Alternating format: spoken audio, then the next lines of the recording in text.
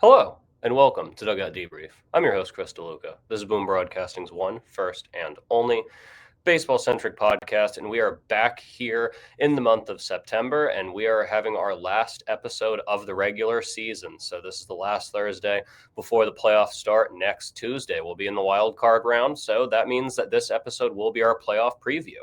Of course, we will be going based on what we know the playoffs as right now. That could obviously change, especially in the National League, as the Reds and the Mets are fighting for that last wild card spot. Of course, seeding in the American League can change. Seattle just recently clinched. We'll be talking about them. And the Mets now control their own destiny, but we'll be kind of putting a little slash between that. If that makes sense, basically, like, Mets or Reds. When discussing them, we'll kind of discuss briefly both teams. Just for example, of course, we know that the number one seeds are basically locked. The buys are locked, especially in the National League. The Philadelphia Phillies and Milwaukee Brewers are mathematically pretty much, I would say, 100% secure for those, bye week, so to speak, for our football fans out there. More so just not having to play that 3-game series, which is looking like the Dodgers are going to be stuck in that regardless if they keep the division or not. We'll also be talking about them. We'll be talking about those bullpen struggles. We'll be talking about a lot here. But as we do every single week, ladies and gentlemen, we are going to be talking about the news of the week. And the big news that just came out here this week is the ABS will be implemented in 2026. So basically, this is like a challenge system where the batter, if he thinks that it was a ball outside the zone and it was called a strike by the home plate umpire, well, he can go ahead and challenge that. And I really like it. They use this advanced AI technology where they customize the strike zone based on the batter's height and build. They've been using this in the minor leagues for quite some time now. I've gotten to witness it, for the minor league games I've gone to. I do believe college may or may not have implemented it as well at some point. I could be totally off base there, so to speak. But I think it's a good idea, and it's really interesting because it changes the precedent that we've seen in baseball too, where balls and strikes are not something you can argue. Well, now you can argue them because they're now reviewable. That was a big thing; is they're not reviewable. The big automatic thing you'd get ejected from a ball game for would be arguing balls and strikes. Well, now they're reviewable, so you'll see managerial ejections go down a lot more. You're not going to be seeing Aaron Boone get thrown out as much if he's manager next year. That's an interesting question that we'll maybe address here in a couple weeks. But yeah, ABS, I'm a huge fan of it. I think that there have been some really questionable calls. Everyone's human too, I will, but not always get mad at umpires for a close call. But now you can challenge it. So it's not as cut and dry, I think, as some reviewable things, especially in other sports. Like if you're safe or out in baseball, I think that's pretty cut and dry. And then other reviewable things in football, So I agree with it overall. Moving on to our next big piece of news too, we have two huge game league changing pieces of news here in the past week. As Clayton Kershaw announces that 2025 will be his final season as a player. He is a 18-year vet. He was the MVP in 2014. That 2014-2013 run is probably the best that we'll see of any pitcher ever, especially in the modern day. He is a 3-time Cy Young Award winner, 2011, 2013, 2014, aforementioned there. He is an 11-time All-Star. Of course, he got that commissioner's exemption here in 2025, where he got that All-Star bid that a lot of people were like, he doesn't deserve it. I was like, come on now, it's Clayton Kershaw. He deserves to be in there. And they, there are people that get in because they have to have all 30 teams that didn't deserve to be there. There are guys that did deserve to be there, but regardless of that, 5-time ERA title. I'm not a guy who always thinks ERA is the number one determination if you're a great ball player or not, but 5-time ERA title, especially with how great hitting is these days, it's great. And he's a Gold Glove in 2011 as well. Like I said, 2014 is probably one of the best seasons any pitcher has had in the 2000s. He had his final home start last Friday, where he had 4-1 innings pitched, 4 hits, 2 earned runs, 6 Ks. He ended his home last start by striking out Rafi Devers, who's a fantastic ball player, against the Giants too, who's traded at the deadline. against your rival in a crucial game. Great way to end it, and that's a big question to kind of put out there too, is, where does this put him all time? I mean, he's second active in FIP with 2.858. He's first in ERA plus with 154. A lot of stuff that's really, impressive. And he's basically up there with just the two other guys, Verlander and Scherzer, when it comes to all-time active. And he also has 25 complete games, which is second all-time behind, or second active rather, behind Sale, who's at 16, which I don't think you're going to see anyone, come anywhere near those like three main guys. Sale's usually that fourth guy when you're talking about all those crazy stats, of active guys, and all those guys are pretty much at the end of their career. I'd say that Verlander probably has looked the best. I mean, Kershaw was the one that looked the second best. Scherzer being in a more of a bullpen role right now with the Toronto Blue Jays, but we'll be seeing them in October, and we'll be seeing the Dodgers in October. We could very likely see Clayton Kershaw here in October. I mean, a lot of people are arguing, do you think he starts a game? Do you think he doesn't start a game? I think he'll come out of the bullpen.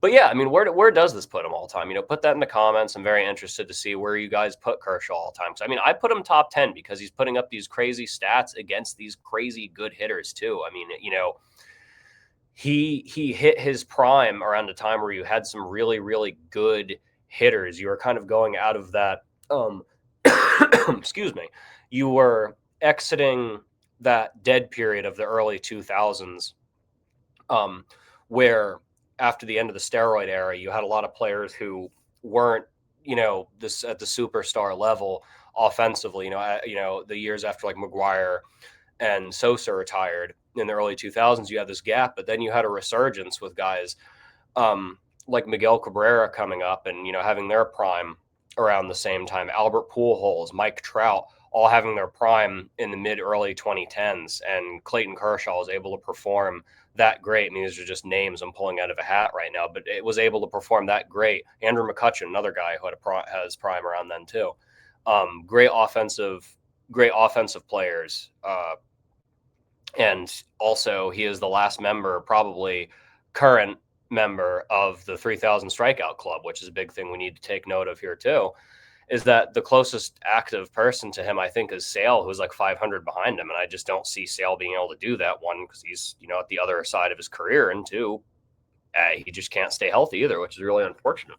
But yeah, last member of the 3,000 strikeout club, all-time active on a bunch of stats. I mean, obviously he's not going to be leading all-time on most pitching stats because of the fact that these pitchers from the early 1900s pretty much take all that, because it was, dead ball era. People weren't really hitting the ball that well back then. But, again, overall, doing this against the talent that we're seeing right now, really, really good.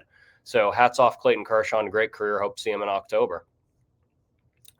We don't have a big news segment here. That's kind of why I gave Kershaw that long-winded, honor there. But Seattle wins 14 out of 15 over the past couple weeks here, and Cal Raleigh said it best. They're here to win the whole thing. He added on a little bit of an extra to that I can't say on here because it's not family friendly, but you can look up the clip yourself. They're there to win the whole thing. It's their division. They're 4 games up as it stands right now, and I think they're going to win it. I mean, Texas fell off at pretty much the worst possible time. Houston's banged up. We'll be talking about them a little bit. But Seattle, man, I mean, they clinched that playoff spot on Tuesday night, so hats off to them. You love seeing them back in the playoffs, obviously having the longest drought in baseball. They're the only team that's never made the World Series out of all 30 teams. That'd be awesome to see them making it. So, yeah, Seattle is in, and I think they're going to win that American League West too. And then our final piece of news here is Alek Manoah has been DFA'd by the Toronto Blue Jays. He had a great 2022, posting a 6 WAR, 2.24 ERA, a 172 ERA plus, 3.35 FIP over 31 games started, which is really, really good. You don't see 31 games started very much, but unfortunately you didn't see that again from him after, as he had 19 the next year.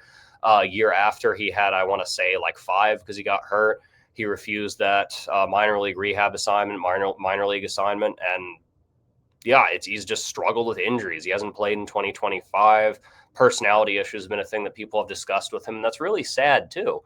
I think the Mountaineer has a future in the MLB. Obviously, I'm biased because he went to WVU. I never had the opportunity to see him play live, but he was part of that really, really good pitching rotation with John Means, who's also struggled with injuries too. So, and Michael Grove as well, just part of that really good WV rotation that almost went to Omaha. You hope that he has a future in the MLB still, Alec Manoah, and I think he does. I could see him getting picked up by a team. I'd love to see the Dodgers pick him up. Obviously, again, biased. I'd love to see them pick him up as a bullpen piece. That's something that we struggled with. But yeah, with that being said, we're going to be moving on to our main topic, which is our playoff preview here. And as I said at the top of the show, this is based off the playoff picture right now. We'll do a brief discussion on teams that may be in, maybe not in. We'll have a more, locked in, I guess, episode on Thursday. The wild card will basically be over by that point because it starts Tuesday. But, we can go ahead and at least kind of do something based off what we know right now. So we're going to start here with the Tigers and the Astros. Detroit has been going the wrong way. They went from being the best team in baseball by a mile, absolutely nobody coming close to them whatsoever. And now we're questioning if they're even going to make the playoffs. Houston has been stumbling in with injuries. They lost Yordan Alvarez. They're just not looking good. And I really just don't like either of these teams going into October. I would say especially Houston, just because they don't have Tarik Skubal, so that's really the only big difference. Houston still always seems to find a way, but I would still like Detroit. Their bats seem to come alive in October. And overall, this is really sad for Detroit because this is Skubal's a unrestricted free agent in 2027, and I do not see him re-signing with Detroit at all. I mean, I don't see him having much emotional attachment to there. I don't see Detroit shoveling out the money to keep him. I see them trading him either this offseason as early as that to get the most value out of him or at the deadline next year. I think they're going to evaluate where they are next year and then, kind of take it by year there. If they miss, that's rough because this is their window with him. Cleveland has been 9-1 over the last 10. Gavin Williams had a fantastic start in that win on Tuesday night. Gavin Williams been on a tear, 6 innings pitched, 2 earned runs and 12 Ks. I started him in fantasy, helping me stay in a championship race, which was really nice. And that took them the lead in the Central. I really like Cleveland because they have that momentum. They have that momentum better than Detroit or Houston has right now. So if it's a series against Detroit versus Cleveland, because of that bullpen, because of guys like Hunter Gaddis, Cade Smith, I like Cleveland. I really do over either of them because I think that bullpen is deeper. It's what I said last year, that's what's going to get them to at least the American League Championship Series, and it would not surprise me if they make it back there once again. So give me Cleveland over either Detroit or Houston. Moving on to the other American League Wild Card Series, we have the Red Sox at the Yankees, the old rivalry, Red Sox-Yankees. Red Sox lead the season series at 9-4. The Yankees did take 2 of the 3 in the final series with Boston in mid-September. They were up in Fenway Park, but the regular season doesn't always say that much about the playoffs. Playoffs are a whole different animal. We always say that once you're in, you're in. Anything can happen. Can Boston take advantage of New York's struggling defense where it matters? That's a big thing that a lot of people aren't talking about here either, is the fact that New York, despite the fact that they're struggling defensively, at least that's what the media wants people to think about. I mean, I sound kind of crazy saying that, but it's because they have 2 guys who are just really, really, really, really bad defensively, predominantly Anthony Volpe, who, I mean, he shouldn't be at shortstop or second base. He should not be in the middle infield. He's just not doing well defensively. The Yankees actually are toward middle of the pack. I mean, they're not elite defensively by any means, but they have guys like Trent Grisham, who's, an elite defensive outfielder, just using him as an example.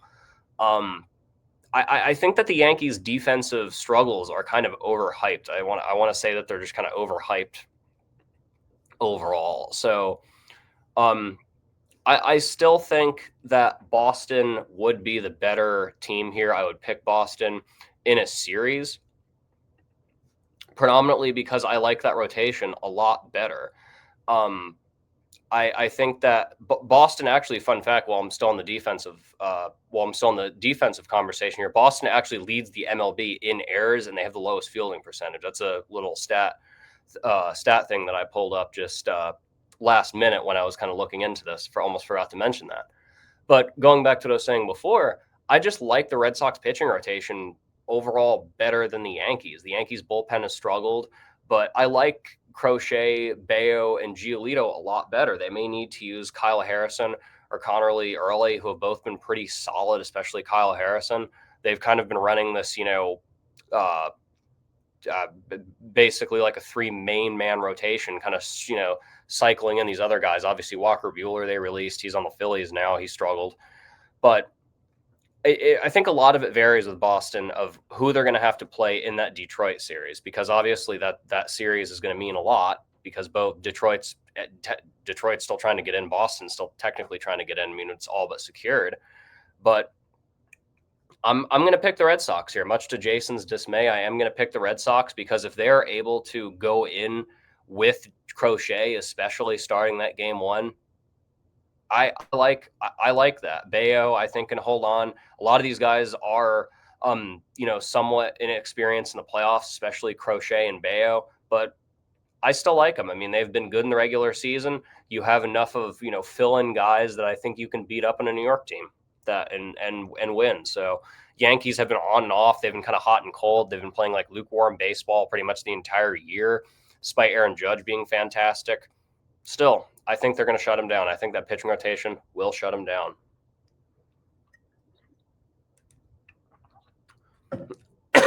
So, moving on, and we have either the Mets or the Reds at the Dodgers.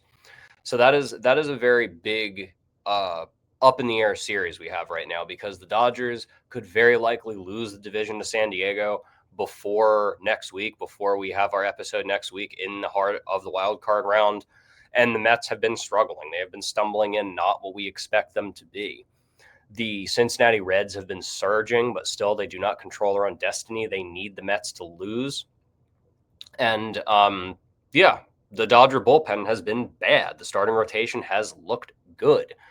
I still like the Dodgers against either of these teams. That is assuming they hang on to the division, because Reds, Andrew Abbott, really, really good. He's the number one guy. They're probably going to have to use these guys going in. Same thing with the Mets. The Mets pitching rotation has been really, really bad. David Peterson being number one. Dodgers, especially if they're able to win a couple games here in Seattle and able to formally seal the division shut and not have to worry. Regardless, we don't have to worry about getting in the playoffs. I still like the rotation going into October. So give me the Dodgers. So moving on to the Padres here, the 5th seed or the potential 4 seed, kind of depends here. We're not sure yet. At the Chicago Cubs, or excuse me, a 3 seed rather, 5 seed or the 3 seed, the Padres will either be. Both teams are really, really good, and it's really sad that they're going to have to face each other in the wild card round regardless, because in the first round of the wild card round, because they're both really fun to watch. I mean, the Cubs, nobody expected them to get in. They sealed, so it's really nice to see playoff baseball back in Chicago. Regardless if they end up hosting or not, it's just good to see the Cubs in. They're one of those teams that when they're in the playoffs, I just think baseball is better. But the Padres, man, I mean, that rotation has been really, really good. I have been big on Nick Pivetta. I said that was one of the best signings of the offseason, and I've been right. Nick Pivetta has been absolutely fantastic. Plus, Michael King has recently gotten healthy as well, a big part of that Padres rotation. So Dylan Cease has been struggling, don't get me wrong, but I still like that Padres rotation. Padres have been not hitting a lot of home runs. The Cubs have been hitting a lot of home runs. This is going to be a very fascinating series to watch. If this is the series, this will be my series of the week, by the way, if this maintains. I'm already going to predict that, because you basically have a savvy pitching rotation, a very good pitching rotation and a savvy lineup that gets on base in all different kinds of ways and just doesn't hit the long ball, versus a team that hits the long ball, but has a good rotation, but not as good as the Padres, and has had a little bit of disappointment. Imanaga was hot and cold a little bit. He's heated up recently. Matthew Boyd has been all right, but that Cubs rotation is not amazing. I like the Cubs bats better. I like the Padres rotation more, and pitching wins championships. So give me the Padres. Give me the San Diego Padres if they are to face the Chicago Cubs. And again, this is way preliminary right now, but we're going to go cover the next 2 rounds as well. So this is going to be very brief because we're going to cover it more in depth next week when we actually know. But I'm just going to go just for the fun of it, just kind of go through who I think is going to win based on the predictions I have right now. Again, completely based off of the bracket as of right now. This could change by next week, by next Tuesday or Sunday, because that's when the regular season ends. So that would mean that I'd have Cleveland against Seattle. It'd be the 3 versus the 2 seed. I like Seattle. I really do like Seattle in that series. That rotation is fantastic. Cleveland, I feel like that's when their bats would slow down. I feel like that's when they would slow down. They'd kind of have a reality check there. Seattle has a lot. Plus, again, they just feel like they're one of those teams of destiny surging at the right time. So give me Seattle going with the ALCS.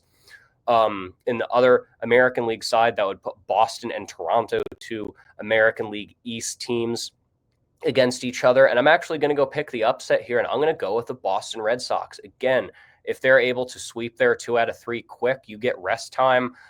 Toronto is a team that I'm not as big on as a lot of people. While I do think that they're definitely a really good team, I'm giving them that American League East. I think they're going to win that division by a mile. I still like Boston here. I don't know what it is. I just think that Toronto will just kind of fold there. They're going to be one of those number 1 seeds where you're like, oh, wow, they're a number 1 seed, 5 years in the future. But, oh, yeah, remember when Toronto was number 1 seed and, they go 1 and done. So, who knows? Maybe this will be, and end up really bad for me in the long term saying that. But again, very preliminary we're talking about right now. So give me Boston and Seattle in the American League Championship Series. That would just be so awesome to watch. 2 fantastic rotations, 2 really exciting teams, and 2 fan bases that are absolutely electric. And don't get me wrong, Boston and Toronto are too. You host a game at the Rogers Center, man. The playoffs at the Rogers Center are going to be absolutely ruckus. I cannot wait to watch that. But still, give me Boston and Seattle in the American League Championship Series. On the National League side, we have the Dodgers and the Phillies, the 3 versus the 2 seed. Again, if that happens, the Dodgers could still drop the division. But as of right now, Dodgers still lead. Give me the Phillies. I mean, even with a rest, I still think the Phillies have proven it. Again, the regular season doesn't always say something, but the Dodgers have just been playing down to their opponents, and they have been playing even worse against good opponents. So give me Philadelphia, just a balanced team. Even with them losing Zach Wheeler, I still like the Phillies a lot.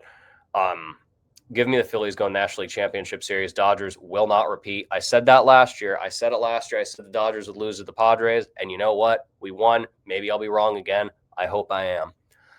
Finally, for the second round of the National League, it's going to be the San Diego Padres versus the Milwaukee Brewers, and I think the Brewers are a team of destiny here. While they did kind of play lukewarm baseball in early September, late August, they decided to go and surge once again. They're playing really, really good again, led by a really good rotation of guys who not big names, not household names.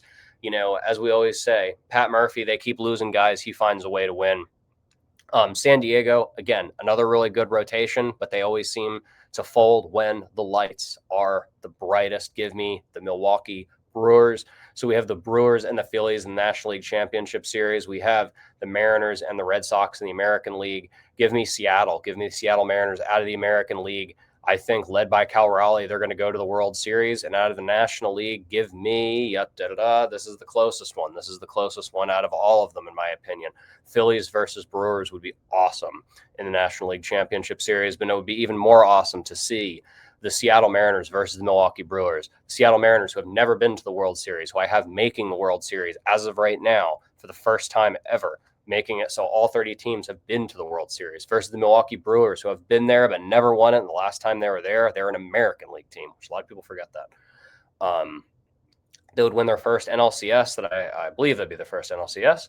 But yeah, I think that would be the closest one. I mean, I think it'll go to Game 7, but in Game 7, give me the Philadelphia Phillies. I think they get back to the World Series.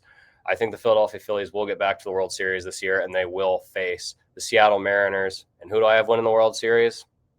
It's so far out. It's so hard to tell. I think this is where Seattle's magic runs out. So give me the Philadelphia Phillies winning the World Series.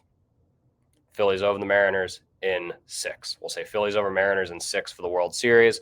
Again, we're going to continue to do previews. Stuff's going to change. This is just what I have as of right now going off the bracket. So I want to thank you for putting up with that, putting up all those, unknowns and all that. with that being said, we're going to keep talking about teams, and all 5 of these teams for our power rankings are in it. We've mentioned them. We've already talked about them. So I'm just going to go over this pretty quickly. At number 5, I have the San Diego Padres, who are a game and a half behind the National League West. They are right there. They're right in the precipice of passing the Dodgers. I think they're going to be honest with you, how it's looking. Number 4, give me the Cincinnati Reds, who are right there to make the world, who knows, maybe they find a way to make the playoffs. Get there really early. Be one of those teams that gets there a lot earlier than people expect. Kind of be like a Houston Texans team of 2 years ago. Number 3, give me the Milwaukee Brewers, who are still there, still doing really good. At number 2, give me Cleveland, who has been fantastic, 9-1 over the last 10. And finally, Seattle, who just clinched that fantastic playoff spot in dramatic fashion. My American League champion, way too early. Moving on to the series of the week, we got 2 of them. We got the Dodgers at the Mariners. Mariners could put away the West formally with being 4 games ahead of Houston. I still think that they're going to comfortably win that division.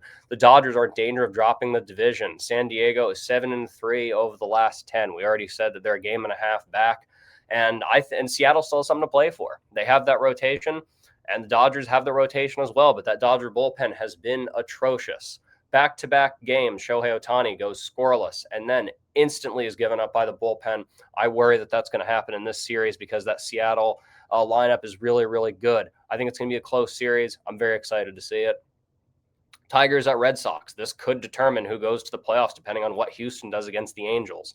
The Angels could play spoiler with the Astros. Who knows? That'd be one of the funniest and most Angels thing ever if they go and they somehow sweep the Astros in the last weekend of the regular season. Do I think it's going to happen? Probably not, but it would be really funny to see. It would be really funny to see overall. I'm very excited for these series. There's so many other series to watch too, but I'm going to be watching these the closest. And finally, we have our trivia question of the week, as we always do. So, last week, who is the Phillies' all-time hits leader? This is one that a lot of people probably would not expect because of the sheer amount of great players the Phillies have had over the years. Guys like Wade Boggs is using him as an example. But it's actually Jimmy Rollins, a really good hit for average guy. He has 2,306 hits with the Phillies. He's the all-time Phillies hits leader.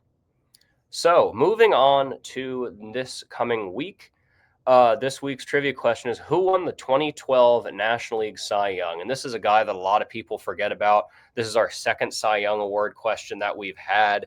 Of course, the first one was another guy that a lot of people forgot about his dominance. This guy had an even shorter window of dominance. So I'm very, very excited to see if anyone gets this week.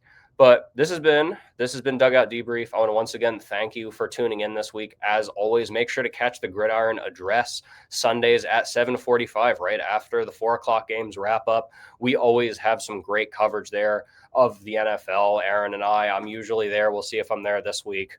We'll be talking about the Steelers. We'll be talking about the Panthers, as we always do. We got guys like Jason and Shannon who also have great programs as well. I just want to thank you guys for tuning in once again to Dugout Debrief. The playoffs are heating up. It's only going to get more exciting from here. I will see you next week in the heart of the wild card round. Thanks again for watching.